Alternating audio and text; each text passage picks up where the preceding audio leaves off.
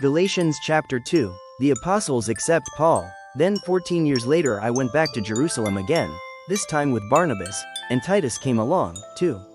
I went there because God revealed to me that I should go.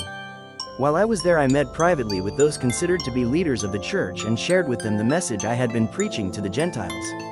I wanted to make sure that we were in agreement, for fear that all my efforts had been wasted and I was running the race for nothing. And they supported me and did not even demand that my companion Titus be circumcised, though he was a Gentile. Even that question came up only because of some so-called believers there, false ones, really, who were secretly brought in.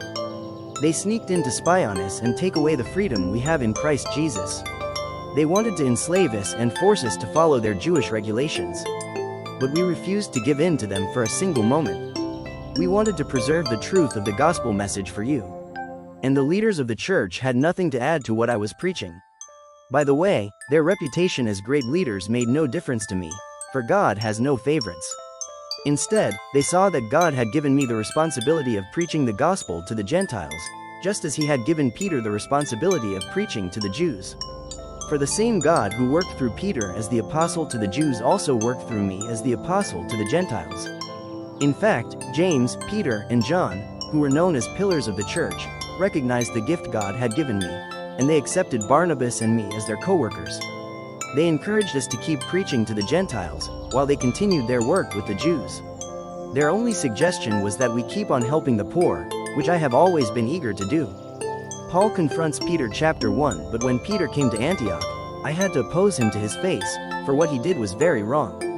When he first arrived, he ate with the Gentile believers, who were not circumcised. But afterward, when some friends of James came, Peter wouldn't eat with the Gentiles anymore. He was afraid of criticism from these people who insisted on the necessity of circumcision. As a result, other Jewish believers followed Peter's hypocrisy, and even Barnabas was led astray by their hypocrisy. When I saw that they were not following the truth of the gospel message, I said to Peter in front of all the others, "Since you, a Jew by birth, have discarded the Jewish laws and are living like a Gentile, why are you now trying to make these Gentiles follow the Jewish traditions? You and I are Jews by birth, not sinners, like the Gentiles. Yet we know that a person is made right with God by faith in Jesus Christ, not by obeying the law. And we have believed in Christ Jesus, so that we might be made right with God because of our faith in Christ, not because we have obeyed the law. For no one will ever be made right with God by obeying the law. But suppose we seek to be made right with God through faith in Christ and then we are found guilty because we have abandoned the law. Would that mean Christ has led us into sin? Absolutely not. Rather, I am a sinner if I rebuild the old system of law I already tore down. For when I tried to keep the law, it condemned me. So I died to the law. I stopped trying to meet all its requirements, so that I might live for God. My old self has been crucified with Christ. It is no longer I who live, but Christ lives in me. So I live in this earthly body by trusting in the Son of God, who loved me and gave himself for me. I do not treat the grace of God as meaningless.